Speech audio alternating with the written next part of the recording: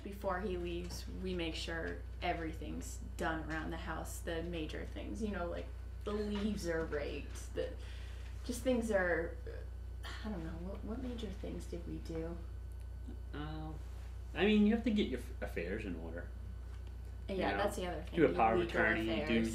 You do your wills, and you do all these things that most people in their 30s don't necessarily think about, I guess. And so that, you know, somewhat morbid reminders, but she's an Army wife, right? So I mean, you'd have to just kind of deal with these things, and they're real. We don't really avoid them. So. And I guess you mentally prepare as well. Try not to focus on the fact that he's leaving, because we've known for so long. Just trying to sort of push it to the back of your mind, even though you know it's always there, because you want to enjoy the time you have while he is home. Being scared for him is definitely the hardest.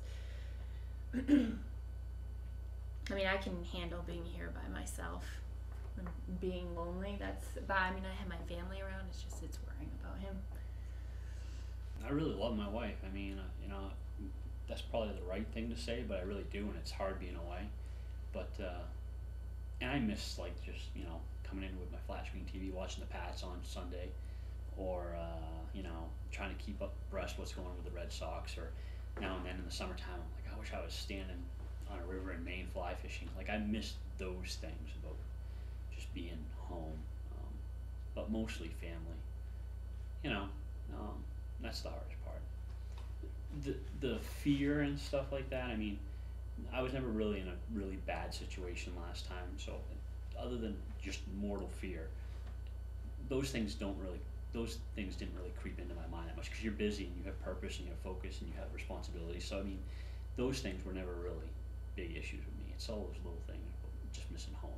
It's hard. At the same time, I think it's a great opportunity to actually be somewhere where you have a chance to make a difference.